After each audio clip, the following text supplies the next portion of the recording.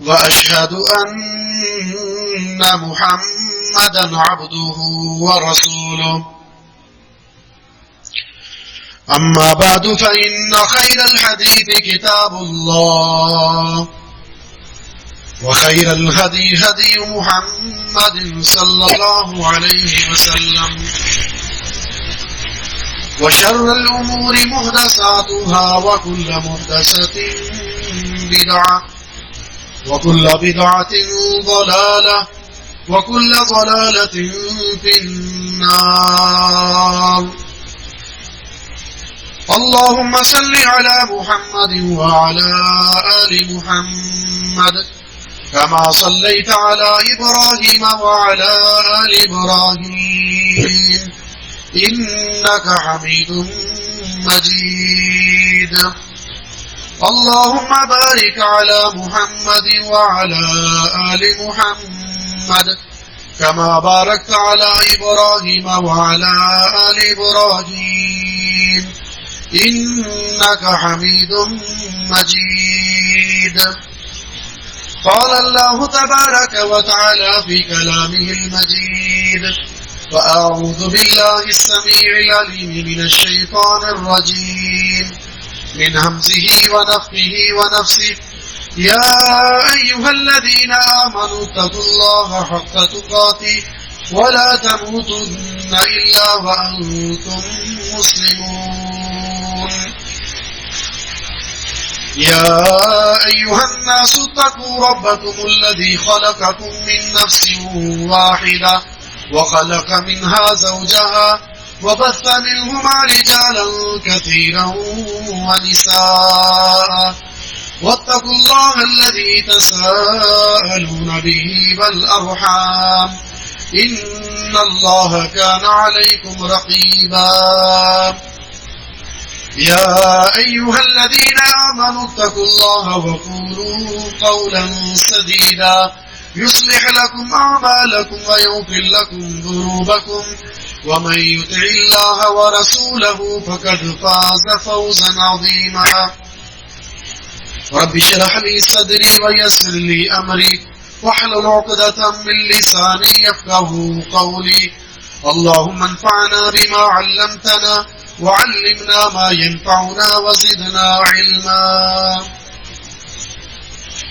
وقال تعالى في مقام آخر: واعتصموا بحبل الله جميعا ولا تفرقوا واذكروا نعمة الله عليكم إذ كنتم أعداء فألف بين قلوبكم فأصبحتم بنعمته إخوانا. وقال النبي صلى الله عليه وسلم: فساد ذات البين هي الحالقة، لا أقول تحلق الشعر ولكن تحلق الدين.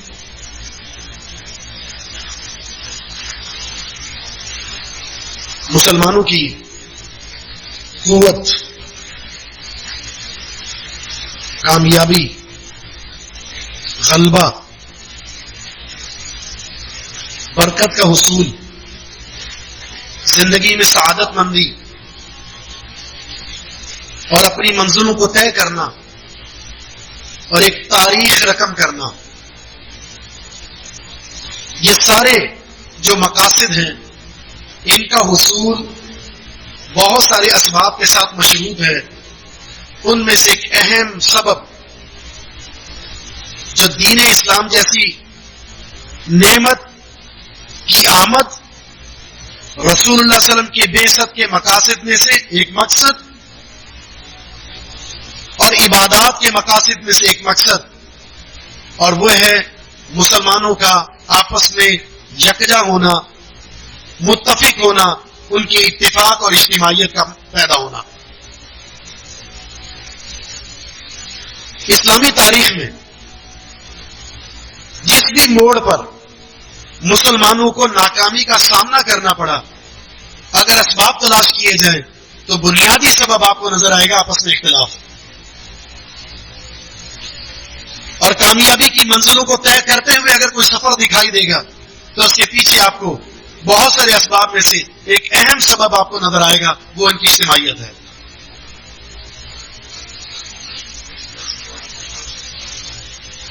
آج کے اس دور میں جس دور سے ہم گزر رہے ہیں، ہماری زب و حالی، ہماری مغلوبیت، ہماری کمزوری، ہماری شکست، ہماری زندگی میں برکتوں کا نہ ہونا، اس کے پیچھے سب سے بڑا اور اہم سبب وہ آپس کا انتشار، اختلاف اور نفرت ہے۔ حتیٰ کہ کفار کے مقابلے میں مسلمانوں کی تعداد زیادہ ہے، بالخصوص یہود جن کے ساتھ مسلمان محاذ آرائی میں ہیں، ان کی تعداد تو آٹے میں نمک کے برابر ہے۔ پھر مسلمان فتح یاب کیوں نہیں ہے؟ پھر ہمیں یہ غلبہ کیوں حاصل نہیں ہو رہا؟ اس کے پیچھے ہمارے آپس کے اختلافات اس بات کی نشاندہی کرتے ہیں۔ کتاب و سنت میں اسلام کی آمد اور رسول اللہ صلی اللہ علیہ وسلم کی بعثت اور عبادت کے اغراض اور مقاصد بیان ہوئے ہیں، اور وہ کیا ہے؟ مسلمانوں کے انتشار کو ختم کر کے، اختلافات کو ختم کر کے، لوگوں کو کلمہ توحید پر ایک جگہ جمع کر دینا۔ اجتماعیت کلمہ توحید پر، یہ مقصد ہے۔ اگر مسلمان ہونے کے بعد، عبادات کو اختیار کرنے کے بعد، رسول اللہ صلی اللہ علیہ وسلم پر ایمان لانے کے بعد بھی اگر کسی کی زندگی میں اتفاق اور اجتماعیت نہیں ہے، وہ دل میں حسد رکھتا ہے، نفرت رکھتا ہے، بغض رکھتا ہے، انتشار اور فساد فی الارض کا موجب بنتا ہے، نہ وہ اسلام کو سمجھ سکا، نہ رسول اللہ صلی اللہ علیہ وسلم کی بعثت کے مقاصد کو سمجھ سکا، نہ عبادات کے مقاصد کو سمجھ سکا، عبادات کے باوجود بھی اس کی زندگی میں نامہ اعمال میں سے کچھ بھی نہیں اس کے پاس۔ اللہ کا کیا فرمان ہے؟ وَاعْتَصِمُوا بِحَبْلِ اللَّهِ جَمِيعًا وَلَا تَفَرَّقُوا، حبل اللہ کے ساتھ ایک جگہ جمع ہو جاؤ، اللہ کی رسی کو تھامو اور ایک ہو جاؤ۔ وَلَا تَفَرَّقُوا، تفریق مت پیدا کرو۔ اس رسی کو چھوڑو گے، اس رسی سے الگ ہوگے تو تفریق کا سبب بن جاؤ گے۔ اجتماعیت کیا ہے؟ یہ کتاب اللہ کا دامن تھام لو، کتاب اللہ کی صورت میں مضبوط رسی جس کا ایک سرا اللہ کے پاس اور ایک تمہارے پاس ہے۔ ان ھذا القرآن حبل اللہ طرفہ بید اللہ و طرفہ بایدیکم، یہ قرآن حبل اللہ ہے جس کی تفسیر محمد الرسول اللہ صلی اللہ علیہ وسلم کی شخصیت بھی ہے، آپ کے اقوال بھی ہیں اور آپ کے افعال بھی ہیں، اور قرآن کی تکمیل آپ کی سیرت کے ساتھ اگر اسے تھام لیا تو اس رسی کے اندر پاور یہ ہے، اس کا ایک سرا اللہ کے پاس ہے اور دوسرا سرا تمہارے پاس ہے، اس کو پکڑ لو، منزل تمہاری اللہ رب العزت کی ذات ہے۔ پکڑ لو اس سرے کو اور کامیابی کی منزل طے کرنا شروع کر دو۔ جس نے کتاب اللہ سے روگردانی کی ہے، اس نے اس آیت کے ساتھ روگردانی کی ہے، وَاعْتَصِمُوا بِحَبْلِ اللَّهِ جَمِيعًا وَلَا تَفَرَّقُوا۔ آج کے دور میں آپ دیکھتے ہیں اتحاد امت کے نام سے کانفرنسیں ہوتی ہیں۔ وہ اتحاد امت اپنے ذاتی مقاصد کے لیے ہوتا ہے۔ اللہ نے یہاں پر جس اتحاد کی بات کی ہے وہ اجتماعیت ہے۔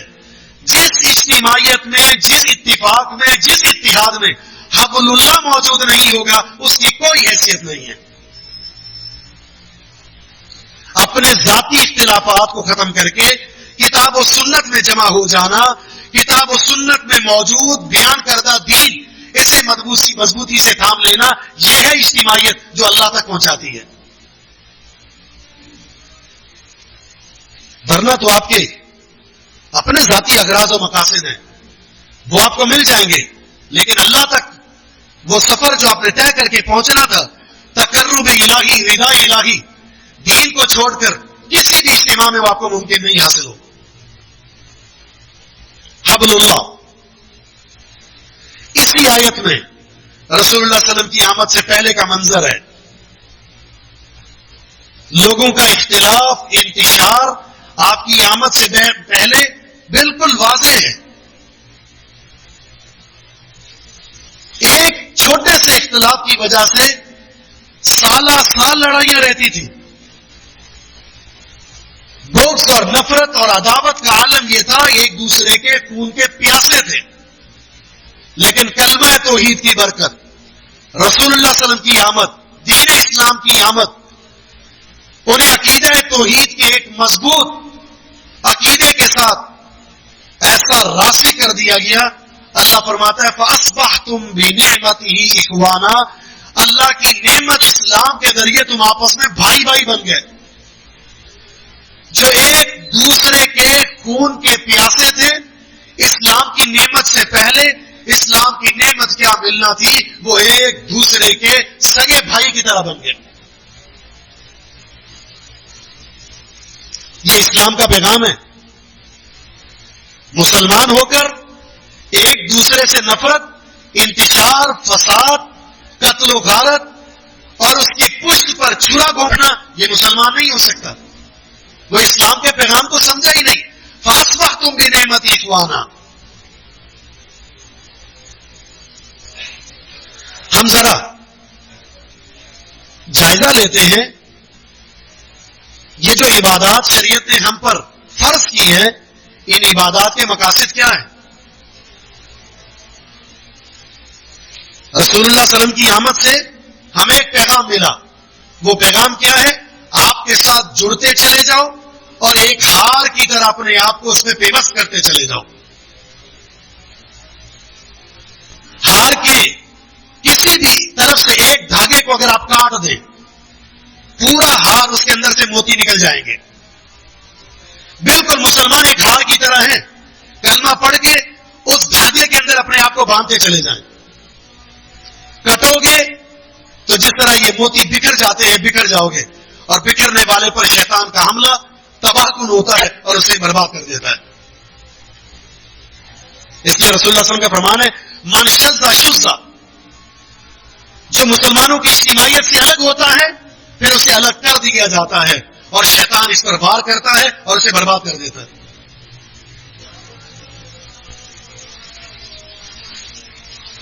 عبادت کے مقاصد کیا تھے؟ پھر ہم آئیں گے اتفاق اور اجتماعیت کی کیا برکات ہیں اور اختلاف میں کیا نقصانات ہیں. ذرا شریعت کے مقاصد کو سمجھیے، عبادات میں کیا رکھے ہیں. دنیا میں جہاں بھی مسلمان رہتے ہوں، وہ مشرق میں ہے یا مغرب میں ہے، عربی ہے یا اجمی ہے، سفید ہے یا کالا ہے، اگر اس نے اللہ کی دربار میں حاضری دینی ہے، عبادت کے لیے کھڑا ہونا ہے، تو ان سب کا قبلہ ایک بنا کر ایک جہت کی طرف رخ کر کے مسلمانوں کے ذہن میں اسی عقیدے کو پیدا کیا گیا ہے، جہاں کہیں بھی تم ہو تمہاری جہت ایک ہے، تمہارا دل بھی ایک ہونا چاہیے. یہود و نصارہ کی طرح نہیں. بیت المقدس قبلہ تھا، ایک کا رخ اس طرف ہے، دوسرے کا رخ اس طرف ہے. مسلمانوں میں سے کوئی بھی جو کلمہ وہ مسلمان ہے، بیت اللہ کی طرف رخ کرنے میں کسی کا کوئی اختلاف ہے؟ کسی کا نہیں ہے. کبھی سوچا ایک جہت کی طرف مسلمانوں کیوں کھڑا کر دیا گیا؟ عبادت تو اللہ کی ہے. فَإِنَّمَا تُوَلُّوا فَثَمَّ وَجْهُ اللَّهِ. بھائی اس طرف بھی رخ کریں گے تو بھی عبادت ہے، اس طرف رخ کریں گے تو بھی اللہ کی عبادت ہوتی، اس طرف رخ کرتے تو بھی اللہ کی عبادت ہوتی. بندگی اگر اللہ کی کرنی ہے تو ہر جہت میں کر سکتے تھے. ایک جہت کی طرف کیوں مقرر کر دیا؟ تاکہ مسلمانوں کے دلوں کو بھی ایک کر دیا جائے. اجتماعیت کے لیے ضروری تھا کہ ان کے لیے جہت بھی ایک مقرر کر دی جائے. آگے بڑھیے. مسجد میں آ کر نماز پڑھنا. نماز 5 وقتہ فرض ہے. میرے اور آپ کے مسلمان ہونے کی ایک ہی تو علامت ہے جو نظر آتی ہے، اور وہ کیا ہے؟ نماز پڑھنا. اس لیے نماز کے بارے میں یہ کہا گیا ہے بین العبد وَبَيْنَ الْكُفْرِ تَرْكُ الصَّلَاةِ، مسلمان اور کافر کے درمیان فرق کرنے والی چیز کیا ہے؟ وہ نماز کا ترک ہے. جو نماز پڑھتا ہے وہ مسلمان ہے، جو نماز نہیں پڑھتا وہ مسلمان نہیں ہے.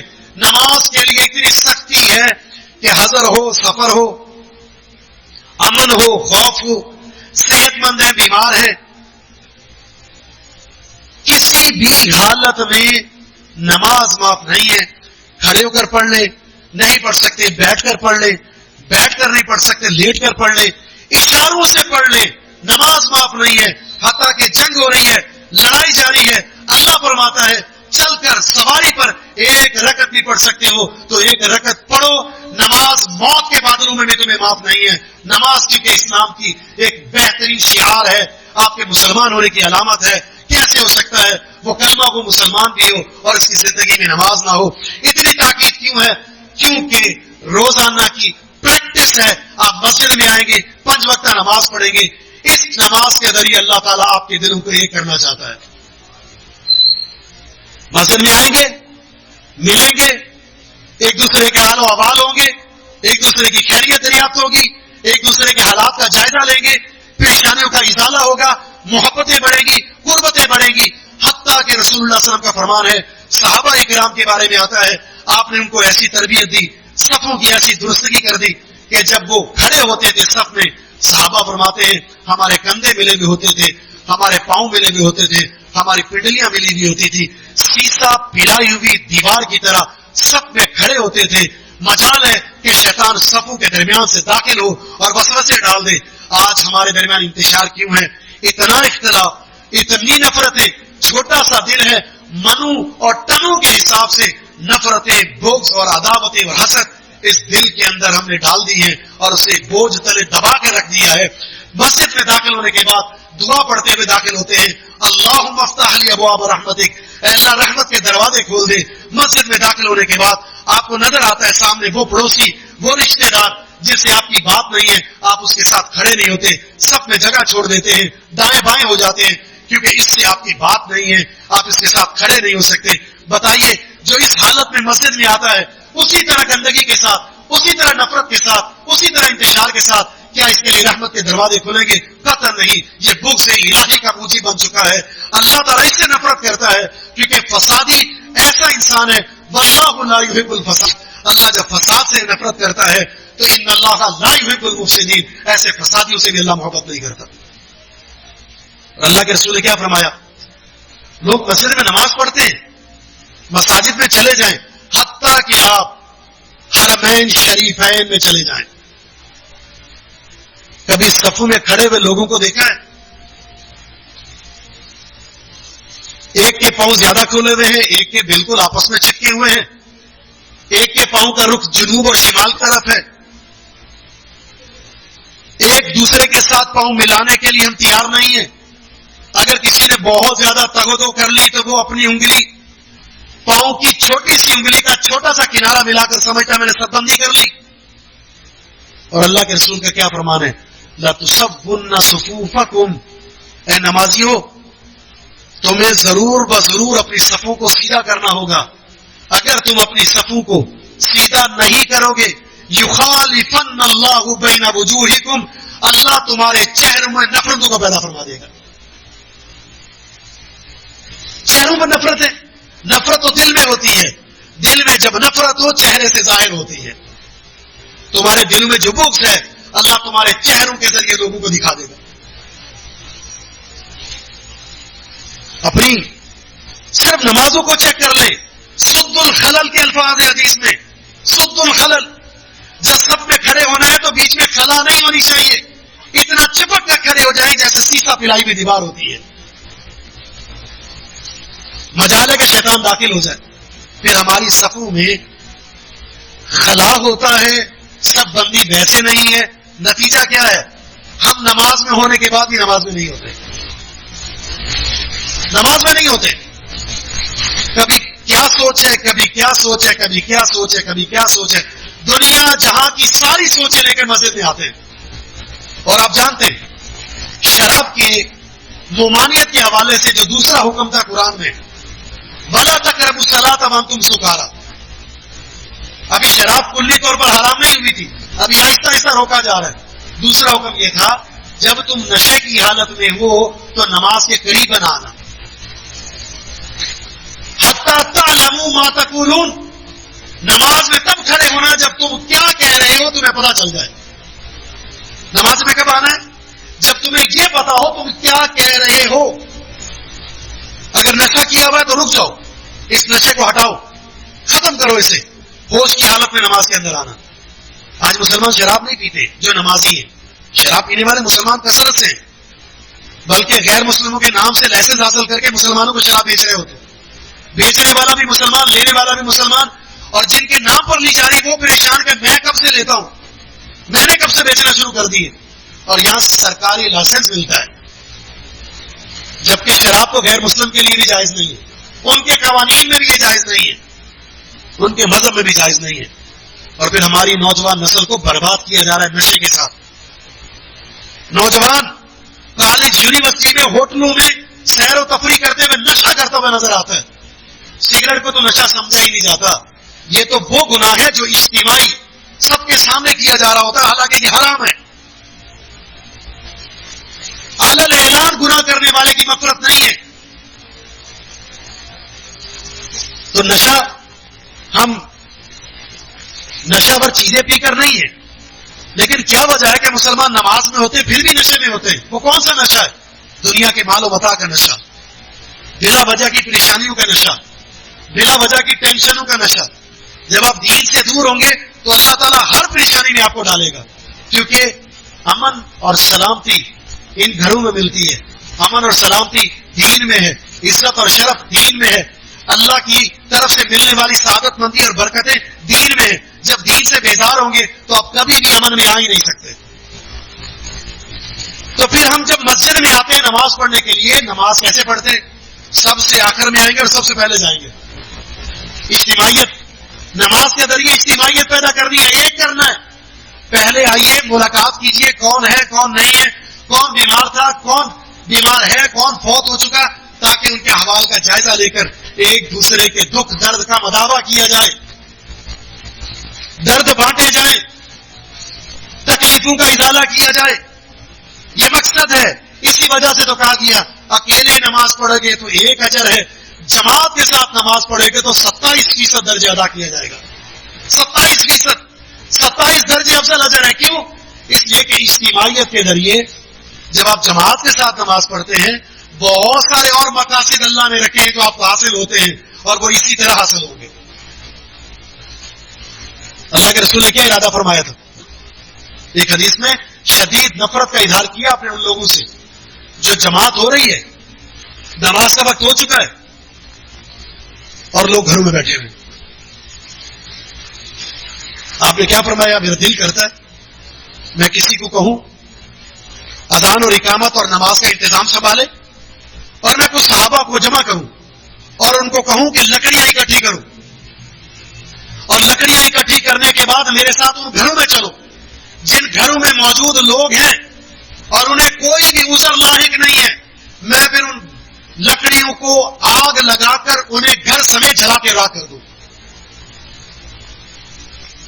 یہ جینے کا حق نہیں رکھتے جو مسجد میں آ کر نماز نہیں پڑھتے، جو مسجد میں حاضری نہیں دیتے، جو اپنا کاروبار بند نہیں کر سکتے، جو اپنے گھر میں بیوی بچوں کے ساتھ محبتوں کو ترک کر کے اللہ کے لیے صرف 24 گھنٹے میں 1 گھنٹہ ہے آپ کے پاس، صرف 24 گھنٹے میں 1 گھنٹہ جو اللہ نے اپنے لیے مانگا ہے، 5 وقت مسجد میں آ کر حاضری دے دو. 10 سے 15 منٹ لگتے ہیں ایک نماز کے لیے. باقی 30 گھنٹے آپ کے دین کے مطابق گزاریں، گھر میں گزاریں، کاروبار میں گزاریں، نیکی کرتے ہوئے گزاریں، حلال روزی کماتے ہوئے گزاریں. یہ 1 گھنٹہ، 1.25 گھنٹہ، 1.5 گھنٹہ اگر آپ نے دے دیا، اللہ یہ 22-23 گھنٹے کی زندگی آپ کے لیے برکت والی بنا دے گا. اور اگر 1 گھنٹہ بھی آپ کے لیے اللہ کے لیے نہیں ہے کہ مسجد میں آ کر نماز پڑھے، اور وہ اجتماعیت جو اللہ کے دلوں میں پیدا کرنا چاہتا ہے، جو نفرتوں کا بازار گرم ہو چکا ہے اسے ختم کرنا چاہتا ہے، ایک صف میں کھڑے ہو کر امیر اور غریب، حاکم اور محکوم، اپنا اور غیرہ، جب سارے ایک جگہ کھڑے ہوں گے، ایک صف میں کھڑے ہوں گے، ایک ہی انداز سے نماز پڑھ رہے ہوں گے، تو اس سے بڑھ کر اجتماعیت کے لیے اور کیا مثال ہو سکتی ہے؟ کسی نے بڑی زبردست بات کی ہے کہ اللہ فرماتا ہے استعینوا بالصبر والصلاۃ. اگر اللہ کی مدد چاہیے نا مشکل حالات میں تو نماز پڑھو، صبر کرو. تو کیا وجہ ہے آج مسلمان اتنے نماز پڑھتے ہیں کہ بیت اللہ کبھی خالی نظر آئے گا ہی نہیں. ہزاروں کی تعداد میں لوگ آ رہے ہیں اور جا رہے ہیں، سفر کر رہے ہیں، عمرہ کر رہے ہیں، حج کر رہے ہیں، مساجدیں بھری ہوئی، جگہ جگہ گلی گلی میں مسجد ہے. پھر اللہ کی نصرت اور مدد حاصل کیوں نہیں ہو رہی؟ اس کی وجہ یہ ہے، اور وہ وجہ بڑی معقول سی بتائی گئی ہے کہ ہم نماز کو پڑھتے ہیں لیکن یہ صلاۃ ابدان ضرور ہوتی ہے، صلاۃ قلوب نہیں ہوتی. یعنی جسمانی طور پر تو ہم نماز میں ہوتے ہیں لیکن قلبی طور پر ہم نماز نہیں پڑھ رہے ہوتے جو مطلوب ہے.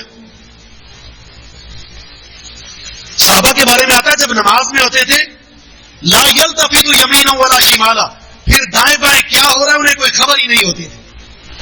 اور ہم جب نماز میں ہوتے ہیں تو ہمیں نماز کے علاوہ ہر چیز کی خبر ہوتی ہے لیکن نماز کی خبر نہیں ہوتی. کتنے لوگ ایسے ہیں جن کی زندگی ہوگی نماز پڑھتے ہوئے لیکن پوری نماز کا ابھی ان کو ترجمہ نہیں آتا، پوری نماز کا ترجمہ نہیں آتا. تو جب آپ پڑھ رہے ہوں گے نماز میں تو پھر آپ کو اس کا معنی معلوم نہیں ہوگا تو کبھی بھی آپ کا فوکس اس طرف جا ہی نہیں سکتا، توجہ ہو ہی نہیں سکتی. توجہ کب ہوتی ہے؟ جب آپ کو جو قرأت کی جا رہی ہے، جو آپ پڑھ رہے ہو، جو سن رہے ہو، اور آپ کو اس کا معنی اور مفہوم ہو تو یقین جانے پھر آپ وہ سرور اور لذت محسوس کریں گے جو اللہ نے رکھا ہے. تو نماز ایک ایسی پریکٹس ہے جو دن میں 5 دفعہ کرائی جاتی ہے جس سے آپ کے ایک مسلمان ہونے کا اظہار ہے اور دوسرا آپ کو ایک کیا جا رہا ہے.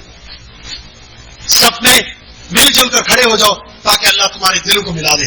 نہیں مل کر کھڑے ہوگے، مسجد میں آنے والے لوگ بھی آٹے میں نمک کے برابر ہوتے ہیں، پھر وہ بھی اس طرح کھڑے ہوتے ہیں، ان کی صفوں کو دیکھ کر شرمندگی ہوتی ہے. صحابہ سیدنا انس فرماتے ہیں کہ اگر میں تمہاری صفوں کو، تابعین کا دور ہے، تابعین کا دور ہے، ابھی کچھ زیادہ چینجنگ نہیں ہوئی تھی، کوئی زیادہ تساہل نہیں آیا تھا، لیکن کیا فرماتے ہیں اگر میں تمہاری صفوں کو ویسے سیدھا کر لوں جس طرح اللہ کے رسول ہماری صفوں کو سیدھا کرتے تھے، تم بھدکے ہوئے گھوڑوں کی طرح تم اپنا طرز عمل اختیار کرنے لگ جاؤ. جس طرح گھوڑا بھدک جاتا ہے تم ویسے کرو. اور آج بھی ایسے ہی ہے. اگر کسی جگہ آپ کسی کے ساتھ پاؤں ملا لیں یا اس کو کہو پاؤں کے ساتھ پاؤں ملا کر کھڑے ہو، سیسا پلائی ہوئی دیوار کی طرح نصب میں کھڑا ہونے کا حکم ہے، تو وہ بھدک جاتا ہے، بسا اوقات سب سے نکل جاتا ہے، بسا اوقات مسجد سے نکل جاتا ہے.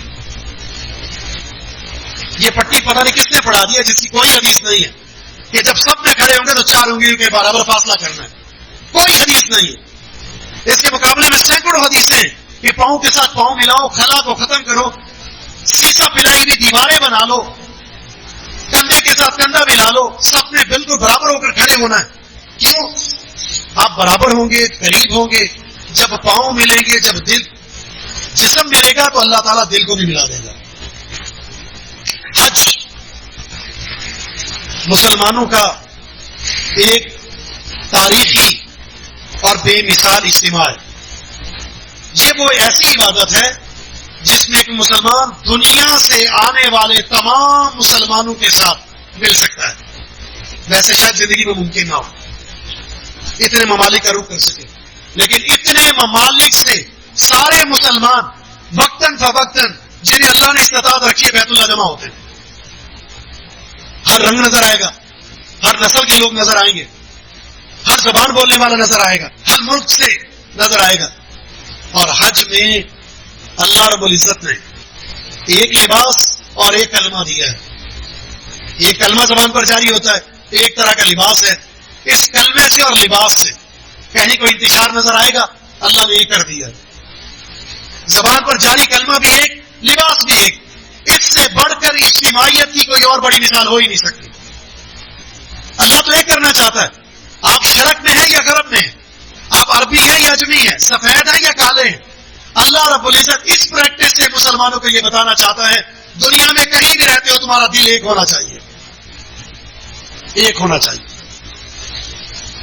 آج ایک ہو، واپس جانے کے بعد بھی ایک بن جاؤ. اگر یہ زنگ لگی ہے تو دوبارہ آ جاؤ، یہی پریکٹس کر کے چلے جاؤ، دوبارہ ایک بننے کی کوشش کرو. حج مبرور کسے کہتے ہیں؟ لا رفث ولا فسوق ولا جدال فی الحج. جب آپ حج یا عمرے کے لیے جائیں تو وہاں جا کر اپنے دل سے نفرت نکال دیں, اپنے دل سے, اپنے وجود سے جھگڑانے پن کا جو عمل ہے وہ نکال دیں. فسق و فجور نہیں, جھگڑا نہیں, بےہودگی نہیں, سارے فسادات کو نکال کر جب آپ کام کریں گے, حج اور عمرے کی مشقتوں کو برداشت کریں گے اور اس سفر میں اللہ رب العزت کی عبادت کو اختیار کریں گے, تو یہ حج مبرور ہے, یہ عمرہ مقبول ہے. وہاں جانے کے بعد بھی وہی زبان پر ادائیں ہیں, وہی لڑائی ہیں, وہی جھگڑے, وہی فساد, وہی غیبت ہے. تو حج جتنے بھی کر لیں, عمرے جتنے بھی کر لیں, آپ اس کی روح کو سمجھے ہی نہیں ہیں, نتیجتاً آپ کسی مقصد تک پہنچ ہی نہیں سکتے. روزہ دیکھ لیجئے, یہ بھی ایک اجتماعی ایسی پریکٹس ہے. اللہ رب العزت مہینے میں 30 دن 29 دن, سال میں پورا ایک مہینہ سحری اور افطاری کا ایک ٹائم مقرر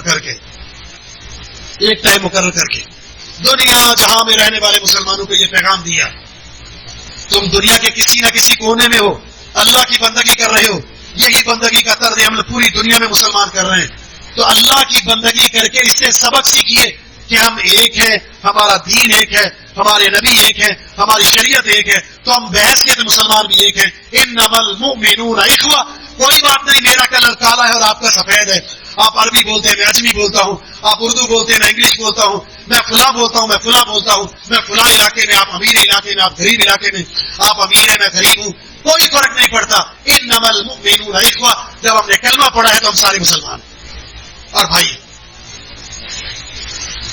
پھر اس دل میں بغض کیسا, نفرت کیسی, فساد کیسا, دشمنی کیسی, تعصب کیسا, لسانیت کیسی, قومیت کیسی. مسلمان کے دل میں اللہ رب العزت نے ان ساری خلاصتوں کو نکال دیا.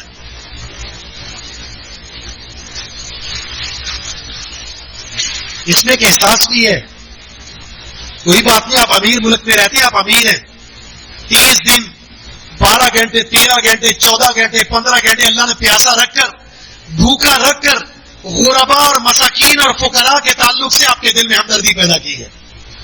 وہ سال بھر غریب رہتا ہے, فقیر رہتا ہے, محتاج رہتا ہے, اسے یہ نعمت میسر نہیں. 30 دن کے اندر تجھے یہ پریکٹس کروا کر یہ بتایا ہے, اس کا احساس اپنے دل میں پیدا کر, اپنے سینے سے لگا اسے. زکات, مصارف زکات بتا دیے, نصاب زکات بتا دیا, زکات کن چیزوں میں دینی بتا دیا. اب زکات دے کر, زکات نکال کر امیر اور غریب میں جو فاصلے ہیں ان کو محبت میں تبدیل کرنے کا یہ اسٹائل لے دیا. جسے آپ زکات دیں گے, جس کے ساتھ آپ صدقے کا معاملہ کریں گے, جس کے ساتھ آپ تعاون کریں گے, آپ کا احترام اور مقام اس کے دل میں پیدا ہو جائے گا, اور یوں یہ فاصلے امیر اور غریب کے ختم ہو جائیں گے. ٹیکس جیسا نظام ایسا شیطانی نظام ہے جس میں امیر امیر ہوتا چلا جا رہا ہے اور غریب غریب ہوتا چلا جا رہا ہے, اور یہ فاصلے کبھی ختم نہیں ہوں گے. لیکن نظام زکات اسلام کا ایک ایسا مقدس, ایسا عظیم فریضہ ہے, اگر اسے کوئی مسلمان سوسائٹی اور ریاست اور ملک اختیار کر لے, چند سال گزریں گے, فقر و فاقہ ختم ہو جائے گا. اس کی برکتیں اسلام نے ان ارکان سے کیا پیدا کی ہے, کیا مقصد ہے؟ اجتماعیت. اگر آپ کے اندر اجتماعیت نہیں ہے, نماز پڑھ کر بھی آپ مسجد میں بھی لڑ رہے ہیں, مسجد میں بھی لڑائی کر رہے ہیں, گھر میں بھی لڑائی کر رہے ہیں, اور ہے 5 وقتہ نمازی, کہیں حج کر رکھے ہیں آپ نے, زکات پابندی سے دیتے ہیں, روزے رکھتے ہیں, آپ تہجد بھی پڑھتے ہیں, اگر آپ کے دل میں نفرت کی آگ ختم نہیں ہوئی, لڑائی جھگڑا ختم نہیں ہوا, تو عبادات کی روح کو سمجھے ہی نہیں ہیں آپ. پھر یہ عبادات آپ کو جنت میں نہیں لے جا سکتی. دل میں نفرت ہوگی, زبان سے نکلے گی, اور یہ زبان کا ایک بول جنت سے نکال کر جہنم میں پہنچا دیتا ہے. مطلب یہ مسلمان کہتے کس کو ہیں؟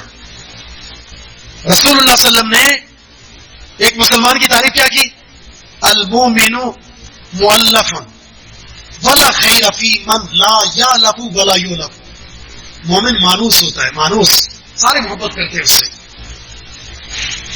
وہ شخص میں خیر ہو ہی نہیں سکتی, وہ چاہے نمازی ہو, جو نہ محبت کرتا ہے نہ اس سے محبت کی جاتی ہے.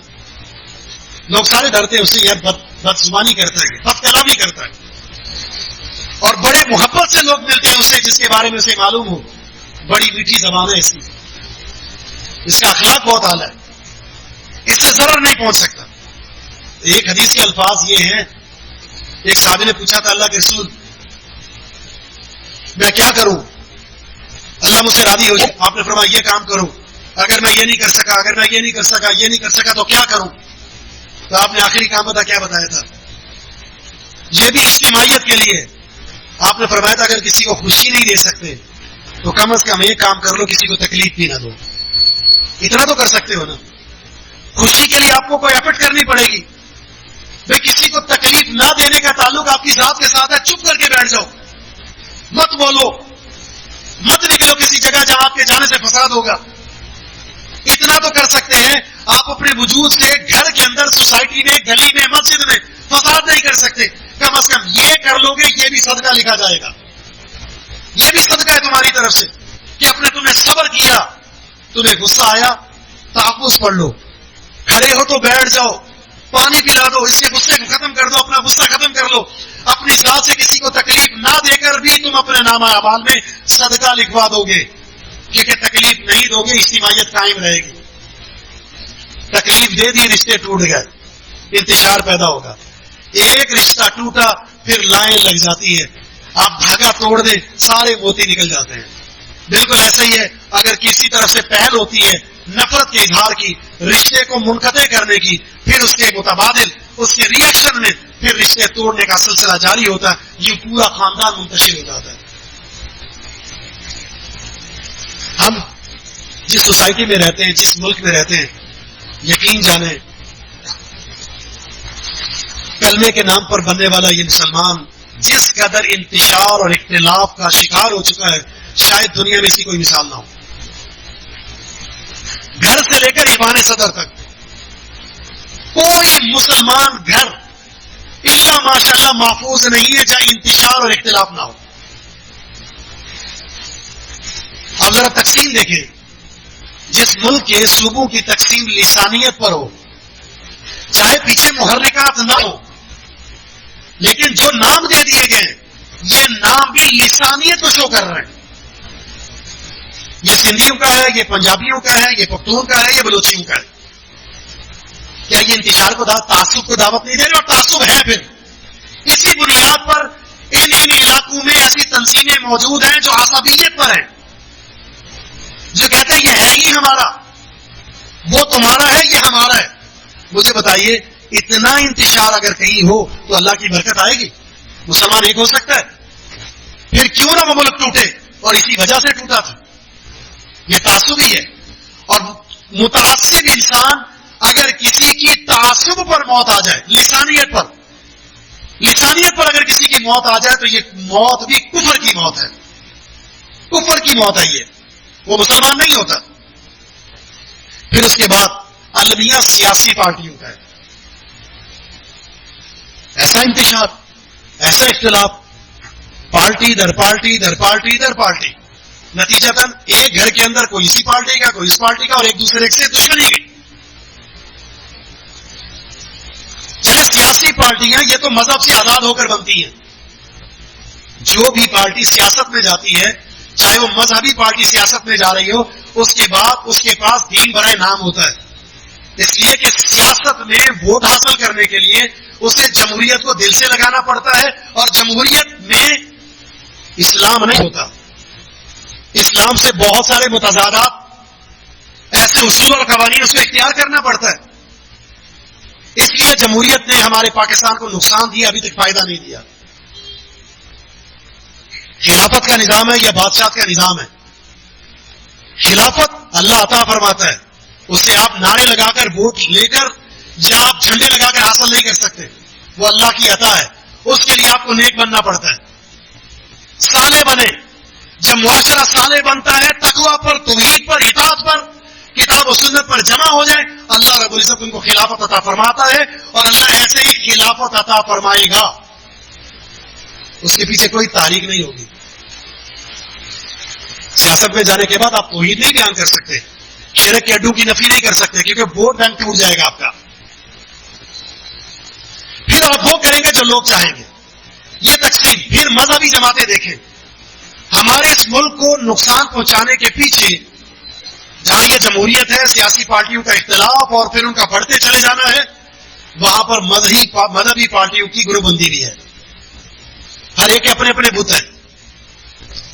فلاں کی تقلید کریں گے تو آپ حق پر ہیں وگرنہ باطل ہیں. فلاں کی بیعت کریں گے تو آپ کامیاب ہیں وگرنہ مسلمان نہیں ہیں.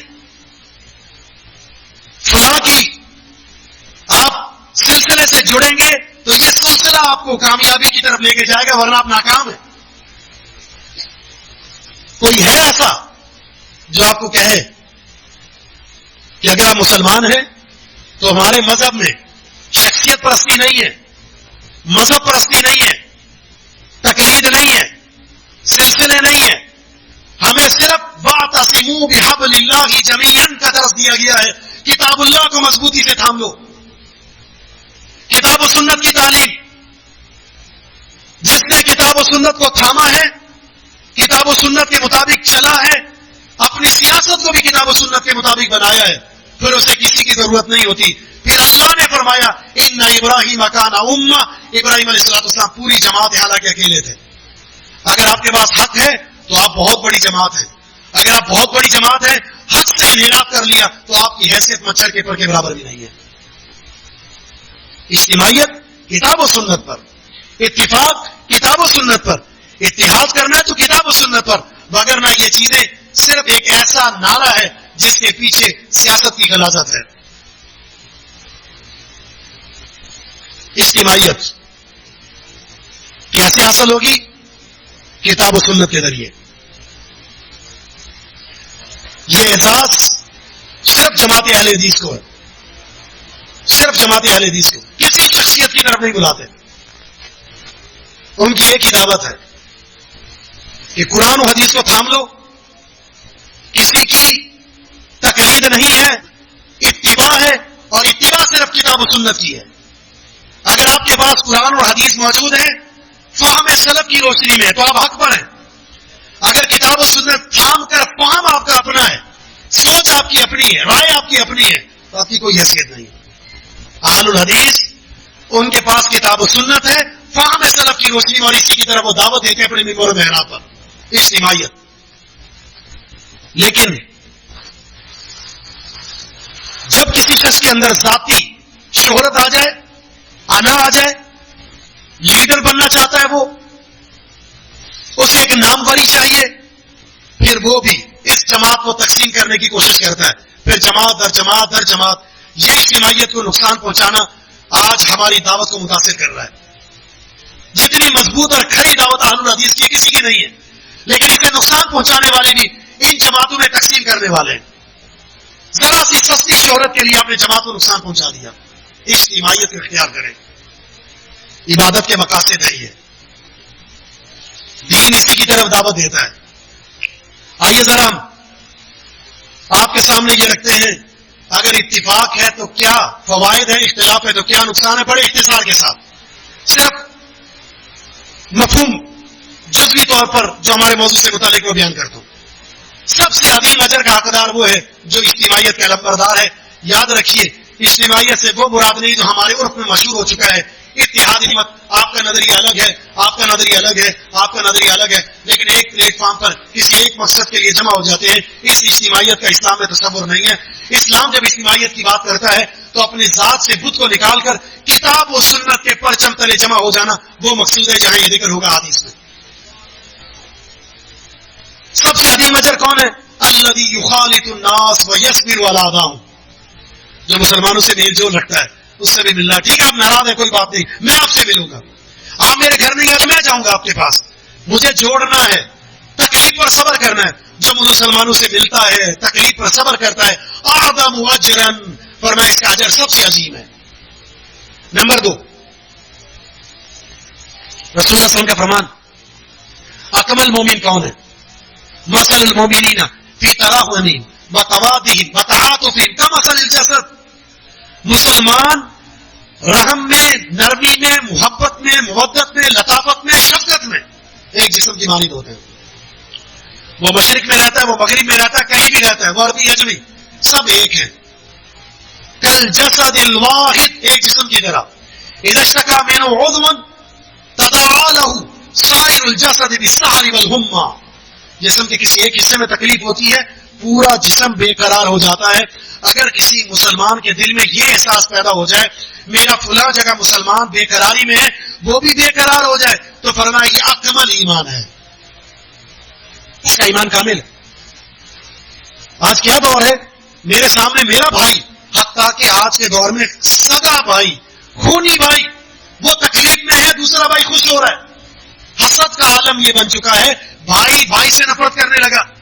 گھر کی چار دیواری کے اندر اجتماعیت نہیں ہے، پھر مسجد میں، بازاروں میں، ملک میں، ممالک کے اندر اجتماعیت کہاں سے آئے گی؟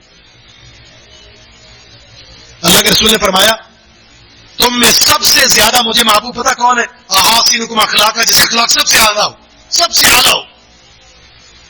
الموطؤون کنافا، جو نرمی اور شفقت رکھتے ہیں.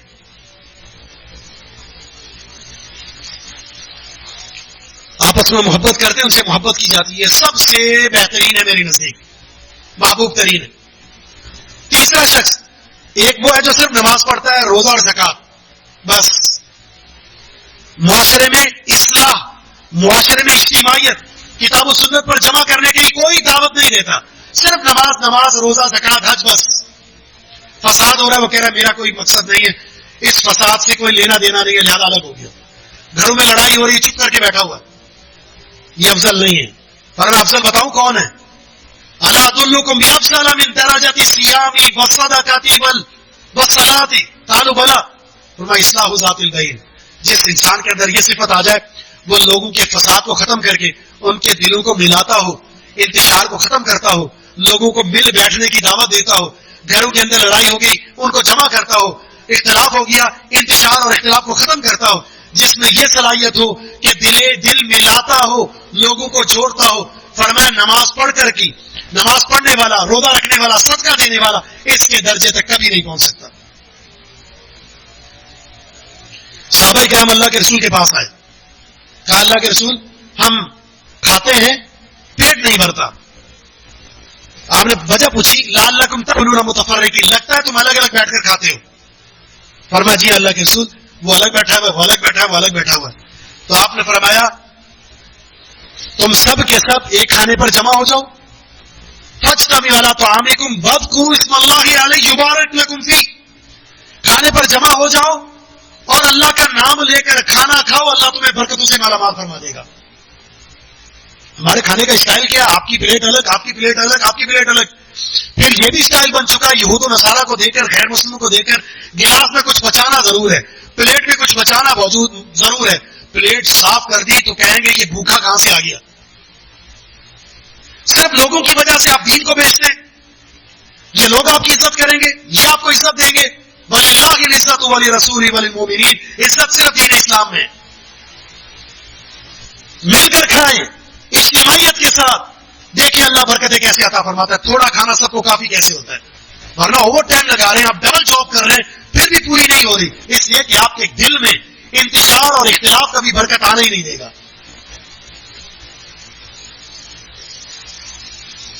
فساد کتنا مہلک ہے.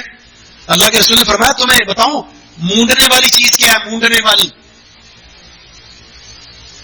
سر کو مونڈنے والی نہیں، دین کو مونڈ دینے والی چیز. یہ فساد ذات البین، آپس کے اختلافات. جس طرح گنجے کے سر پر بال نہیں ہوتے، اسی طرح اختلاف، انتشار، بغض، نفرت اور حسد رکھنے والے انسان کے نامہ اعمال میں کوئی عمل نہیں ہوتا، اللہ صاف کر دیتا. پھر آپ چاہے جتنے مرضی سجدے کر لیں، کیونکہ سجدوں کا مقصد اس دل کی سرزمین کو پاک کرنا تھا. لیکن آپ نے سجدے بھی کیے، رکوع بھی کیے، قیام بھی کیے، تلاوتیں بھی کی، حج عمرے بھی کیے، اس سرزمین کو پاک نہیں کر پائے. نفرت ہے، بغض ہے، عداوت ہے، لڑائی ہے، جھگڑا ہے، انتشار ہے، فساد ہے، چک چک ہے، اختلاف ہے، دوسروں سے بغض ہے. مجلس میں بیٹھ کر آپ نے اس مجلس کے ماحول کو خراب کر دینا ہے. اگر یہ چیزیں نا آپ کے اندر، تو یاد رکھیے آپ کے نامہ اعمال میں کچھ بھی نہیں ہے، وہ بالکل گنجے کی طرح بالکل صاف ہے. فساد ذات البین ہی الحالکہ، یہ مونڈ کر رکھ دیتے ہیں آپ کے اعمال کو. آپ جانتے ہیں ابلیس کو کون زیادہ پسندیدہ ہے؟ ابلیس روزانہ تخت پر بیٹھتا ہے اور اپنے چیلوں کو اکٹھا کرتا ہے، رپورٹ دو. کوئی کہتا ہے میں نے فلاں سے سود کا کاروبار کروا لیا، فلاں سے 2 نمبری کروا لی، فلاں سے قبضہ کروا لیا، فلاں کو لڑا دیا، فلاں کو لڑا دیا. کہتا ٹھیک ہے تم نے اچھا کیا. ایک کہتا کھڑے ہو کر آج میاں بیوی میں لڑائی کی اور طلاق کروا کے آیا ہوں. یہ ابلیس اپنے ٹک سے کھڑا ہوتا ہے، اس کو اپنے سینے سے لگاتا ہے، اپنے ساتھ ملاتا ہے اور کہتا ہے جو تم نے کام کیا ہے یہ کام کسی نے نہیں کیا. ایسے لوگ ہیں جو لڑاتے ہیں، گھروں کے اندر پیٹرول بم لے کر گھوم رہے ہوتے ہیں. کہیں لڑائی ہو رہی ہے تو آپ ایسا جملہ کہیں گے وہ بھڑک جائے گی آگ. نتیجتاً طلاق طلاق طلاق، شرع طلاق خطرناک حد تک بڑھ چکی ہے. آج ہمارا خاندان سکڑ چکا ہے، اتنا سکڑ چکا ہے کہ آپ کا اتفاق گھر کی 4 دیواری کے کمرے میں بھی نہیں ہے. میاں بیوی، اولاد کا ماں باپ سے نہیں، ماں باپ کا اولاد سے نہیں، بچوں کا آپس میں نہیں. یہ انتشار کہاں سے آیا؟ اسلام تو یہ کر رہا تھا. اس لیے کہ ہم نے جب انا ہمارے دل میں آیا، جب حسد ہمارے دل میں آیا، جب بغض ہمارے دل میں آیا، جب شہرت ہمارے دل میں آئی، جب ہم نے کتاب و سنت کو سمجھا ہی نہیں، نتیجتاً پھر یہ ساری چیزیں آپ کے اندر پیدا ہوئی. اللہ سے دعا ہے کہ رب العالمین ہمیں اپنے انتشارات، اختلافات، نفرتیں، عداوتیں، انا پرستی، من مانیاں، یہ ساری چیزیں ختم کر کے ہمیں اصلاح ذات البین، آپس میں اصلاح کرنے کے اللہ میں توفیق عطا فرما دے. دل کو بڑا کر کے لوگوں کو قبول کرنے کی توفیق عطا فرما دے. لیکن اس کے لیے ضروری ہے یہ اجتماعیت دین کے نام پر ہوگی، توحید کے نام پر ہوگی. اس لیے اللہ نے یہودیوں سے کہا، اہل کتاب سے کہا، تعالوا الی کلمۃ سواء بیننا وبینکم الا نعبد الا اللہ. آ جاؤ ایک کلمے پر ہم جمع ہو جاتے ہیں، ہمارا رب بھی ایک ہے، تمہارا رب بھی ایک ہے. پھر اختلاف کیوں ہے؟ جمع ہوں گے تو توحید کے نام پر. ہاں اختلاف اس سے رکھنا دین کا حصہ ہے. جو دین کو بگاڑنے کی کوشش کرتا ہے، دین میں نفرتیں پیدا کرتا ہے، بدعت اور شرک کی ترویج کرتا ہے، اس سے نفرت ایمان کا حصہ ہے. ہاں البتہ آپ کو اس مسئلے بن کر اس کی اصلاح ضرور کرنی ہے. اصلاح اس کی ہوتی ہے تو ٹھیک، وگرنہ دل میں نفرت یہ ایمان کا حصہ ہے. اور دین کے لیے آپ لوگوں کو جمع کریں، اپنے گھروں میں محبتوں کو، اتفاق اور اجتماعیت کو پیدا کریں. آج اگر ہم ایک مسلمان ملک پس رہا ہے، مظلوم ہے، مغلوب ہے، ان کی مدد کیوں نہیں کر رہے؟ اسلامی ممالک تو بہت ہیں، اس کی وجہ بھی اگر آپ تلاش کریں گے تو ان میں بھی اتفاق نہیں ہے، اجتماعیت نہیں ہے. اللہ نے فرمایا وَلَا تَنَازَعُوا فَتَفْشَلُوا وَتَذْهَبَ رِيحُكُمْ وَاصْبِرُوا. اگر تم نے اختلاف کیا تمہاری ہوا نکل جائے گی، تمہاری قوت ختم ہو جائے گی، تمہاری پاور ختم ہو جائے گی. نتیجتاً کیا؟ دشمن تم پر غالب آئے گا اور یہ غلبہ تمہیں تباہ کر دے گا، تمہارے حالات کو برباد کر دے گا. اللہ سے دعا ہے کتاب و سنت پر اللہ ہمیں مجتمع ہونے کی توفیق عطا فرما دے. یہ ریاست نظریہ توحید پر حاصل کی گئی تھی، اس کی حفاظت اور اس کی اساس کی حفاظت اللہ اس کی حفاظت کرنے کے اللہ میں توفیق عطا فرما دے. اور اس ملک کے اندر کتاب و سنت کا جس پر سب کو جمع ہونے کی دعوت کتاب و سنت میں دی گئی ہے، اللہ ہمیں اس کا بول بالا کرنے کی توفیق عطا فرما دے. وما توفیق الا باللہ وآخر دعوانا الحمد للہ رب العالمین.